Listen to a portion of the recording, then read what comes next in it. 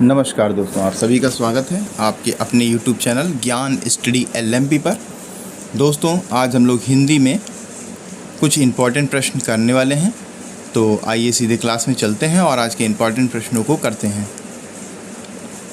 अगर दोस्तों अभी तक आपने चैनल को सब्सक्राइब नहीं किया है तो चैनल को सब्सक्राइब कर लें, साथ में बेल आइकन को अंडर प्रेस कर लें जिससे अगली क्लास की जानकारी आपको मिल सके। तो आइए अब क्लास में चलते हैं और आज के प्रश्नों को करते हैं।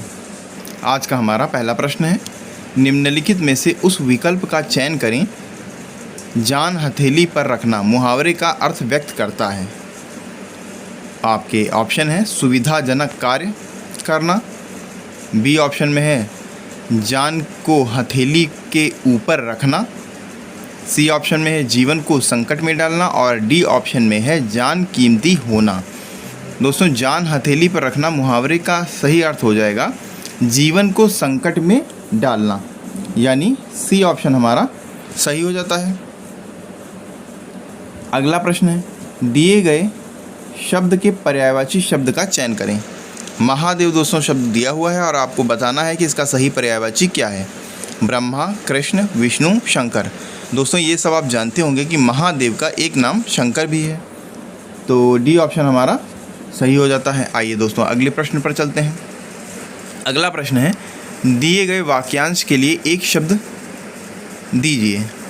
काम से जी चुराने वाला, काम से जी चुराने वाला, कर्मठ, मेहनती, कामचोर, निर्लज। दोस्तों, जो काम से जी चुराएगा उसे मेहनती या निर्लज, कर्मठ तो नहीं कहेंगे, कामचोर कहेंगे, तो सी ऑप्शन हमारा सही हो जाता है। अगला प्रश्न है, दिए गए शब्द का विलोम चुनें। शोक का दोस्तों आपको विलोम शब्द बताना है। हर्ष, दुर्भाग्य, सौभाग्य, दुख। तो दोस्तों शोक का हर्ष हो जाएगा, ए ऑप्शन हमारा सही हो जाएगा। आइए दोस्तों अगले प्रश्न पर चलते हैं। अगला प्रश्न है, सही वर्तनी वाले शब्द का चयन कीजिए। दोस्तों, 4 तरह से अतिथि गृह लिखा हुआ है, आपको बताना है इनमें से कौन सा सही तरीके से लिखा हुआ है। तो दोस्तों अतिथि गृह बी ऑप्शन में सही लिखा हुआ है, बी ऑप्शन हमारा सही हो जाता है। आइए दोस्तों अगला प्रश्न देखते हैं, इनमें से कौन सा संधि विच्छेद सही नहीं है। दोस्तों 4 तरह से संधि विच्छेद किया हुआ है, आपको बताना है इनमें से कौन सा सही है। दोस्तों आपको बताना है इनमें से कौन सा सही नहीं है, ए ऑप्शन सही नहीं है। आइए दोस्तों अगले प्रश्न पर चलते हैं। अगला प्रश्न है, विषाद शब्द का विपरीतार्थक शब्द है वरदान, आह्लाद, मृत्यु, स्तुति। तो दोस्तों बी ऑप्शन सही हो जाएगा। अगला प्रश्न है, किरण का पर्यायवाची शब्द नहीं है अंशु, रश्मि, प्रकाश, मयूर। तो दोस्तों इसमें किरण का पर्यायवाची शब्द प्रकाश नहीं है, तो सी ऑप्शन हमारा सही हो जाता है। आइए दोस्तों अगले प्रश्न पर चलते हैं। अगला प्रश्न है, पंचवटी निम्नलिखित में से किसकी रचना है। जयशंकर प्रसाद, मैथिली शरण गुप्त, रामधारी सिंह दिनकर, महादेवी वर्मा। तो दोस्तों पंचवटी मैथिली शरण गुप्त की रचना है, तो बी ऑप्शन हमारा सही हो जाता है। अगला प्रश्न है, कौन सा वाक्य अशुद्ध है। दोस्तों 4 वाक्य आपके सामने दिए हुए हैं, आपको बताना है इनमें से कौन सा सही नहीं है। ए ऑप्शन है सारे देश में यह बात फैल गई, बी ऑप्शन में है यह कैसे संभव है, सी ऑप्शन में है सप्रमाण उत्तर दीजिए और डी ऑप्शन में है तुम वापस जाओ। तो दोस्तों ए ऑप्शन इसमें सही हो जाएगा, सारे देश भर में यह बात फैल गई। इसका सही हो जाएगा सारे देश में या समस्त देश में यह बात फैल गई, तो ए ऑप्शन सही हो जाएगा। आइए दोस्तों अगले प्रश्न पर चलते हैं। अगला प्रश्न है, पुस्तकालय में कौन सी संधि है। विसर्ग संधि, दीर्घ संधि, गुण संधि, यण संधि। तो दोस्तों पुस्तकालय में दीर्घ संधि है, बी ऑप्शन हमारा सही हो जाता है। अगला प्रश्न है, आलू और सरसों 2 शब्द आपको दोस्तों दिए हुए हैं, आपको बताना है ये शब्द स्त्रीलिंग है या पुल्लिंग है या अवयव है या नपुंसक लिंग है। तो दोस्तों बालू और सरसों स्त्रीलिंग शब्द हैं, तो डी ऑप्शन हमारा सही हो जाता है। आइए दोस्तों अगले प्रश्न पर चलते हैं। अगला प्रश्न है, खेह खाना मुहावरे का अर्थ है। आपके ऑप्शन है खाने का लालची होना, बुरी दशा में रहना, सी ऑप्शन में है आसान समझना और डी ऑप्शन में है चालाक होना।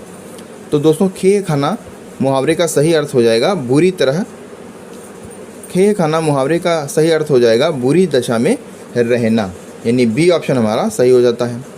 अगला दोस्तों 14 नंबर का प्रश्न है, नंबर इसमें नहीं लिखा हुआ है।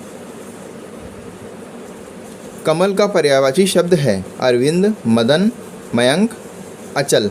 तो दोस्तों कमल का पर्यायवाची हो जाता है अरविंद, यानी ए ऑप्शन हमारा सही हो जाता है। आइए दोस्तों अगले प्रश्न पर चलते हैं। अगला प्रश्न है दिए गए वाक्यांश के लिए एक शब्द दीजिए जो कभी बूढ़ा न हो। अजर, हम, अमर, अमृत, असुर। तो दोस्तों जो कभी बूढ़ा ना हो वो अजर हो जाएगा, यानी ए ऑप्शन हमारा सही हो जाएगा। आइए दोस्तों अगले प्रश्न पर चलते हैं। अब दोस्तों आपतित गद्यांश पर आधारित कुछ प्रश्न दिए हैं। एक ये दोस्तों पैरा आपके सामने दिया हुआ है, इसमें रिक्त स्थान है, आपको बताना है दिए गए रिक्त स्थानों में कौन सा शब्द भरा जाएगा। पहले ये प्रश्न ये आप स्क्रीनशॉट इसको ले लीजिए, पढ़ लीजिए या वीडियो को रोक कर पढ़ लीजिए। अब आइए दोस्तों हम लोग प्रश्न देखते हैं। पहला है गद्यांश में सांकेतिक रिक्त स्थान एक के लिए उपयुक्त शब्द होगा। आइए दोस्तों अब देखते हैं उसमें। दीपावली भारत में जाने वाला सबसे बड़ा त्यौहार है। तो दोस्तों दीपावली भारत में मनाया जाने वाला हो जाएगा, तो इसमें सी ऑप्शन सही हो जाएगा। अगला है दो, जो रिक्त स्थान 2 है उसमें के लिए उपयुक्त शब्द हो जाएगा। अब है हर साल इस पर्व को कार्तिक माह में बड़ी धूमधाम से मनाया जाता है। माह हो जाएगा दोस्तों दूसरे में, सी ऑप्शन हमारा सही हो जाएगा। आइए दोस्तों आगे के प्रश्न देखते हैं। अगला है गद्यांश में जो तीसरा स्थान है वहाँ पर कौन सा शब्द आएगा। हर एक, सब कुछ। देखते हैं दोस्तों कौन सा आएगा। त्योहार के आने के कुछ दिन पहले ही, यानी कुछ आएगा, तो डी ऑप्शन हमारा सही हो जाएगा। और अब बताना है 4 नंबर पे कौन सा शब्द आएगा। समाप्त, अच्छा, आरंभ, खराब। 4 नंबर पर है लोग अपने घरों में साफ सफाई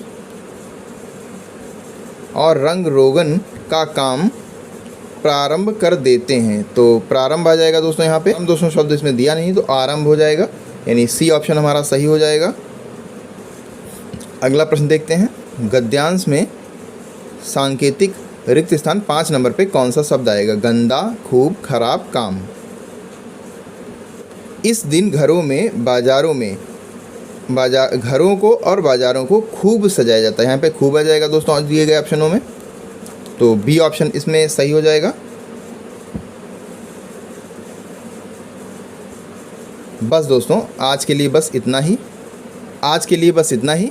कैसी लगी आज की क्लास कमेंट करके ज़रूर बताएं, और प्रश्न आपको कैसे लगे ये भी कमेंट करके बताएं। और अगर अच्छे लगे हों और वीडियो अच्छी लगी हो तो लाइक करें, और अगर आप चैनल पर पहली बार आएँ तो चैनल को सब्सक्राइब कर लें, बेल आइकन को अंडर प्रेस कर लें। मिलते हैं अगली क्लास में, तब तक के लिए नमस्कार, जय हिंद, जय भारत।